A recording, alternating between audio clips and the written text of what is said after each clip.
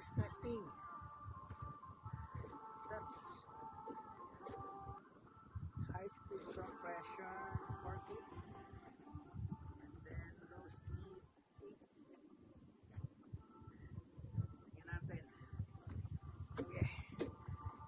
Let's see. Alright.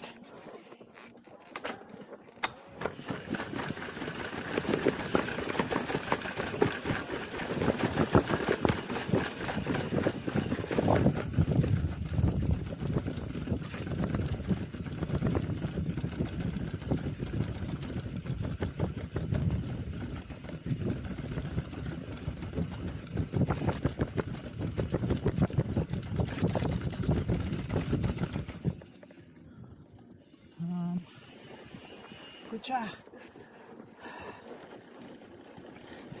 Mas ano yung kalbog niya, mas control.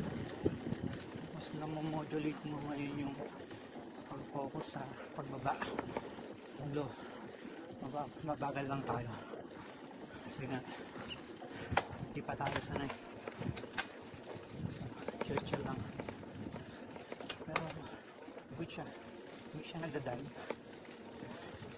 So, ito na talaga din yung permanent setup natin. 4 clicks, 4x8.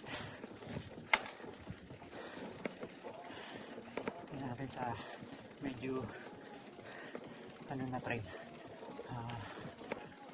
mga rocky. Tingnan natin kung saan ba yung feeling.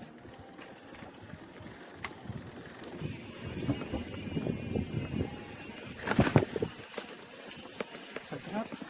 Consistent din yung timing.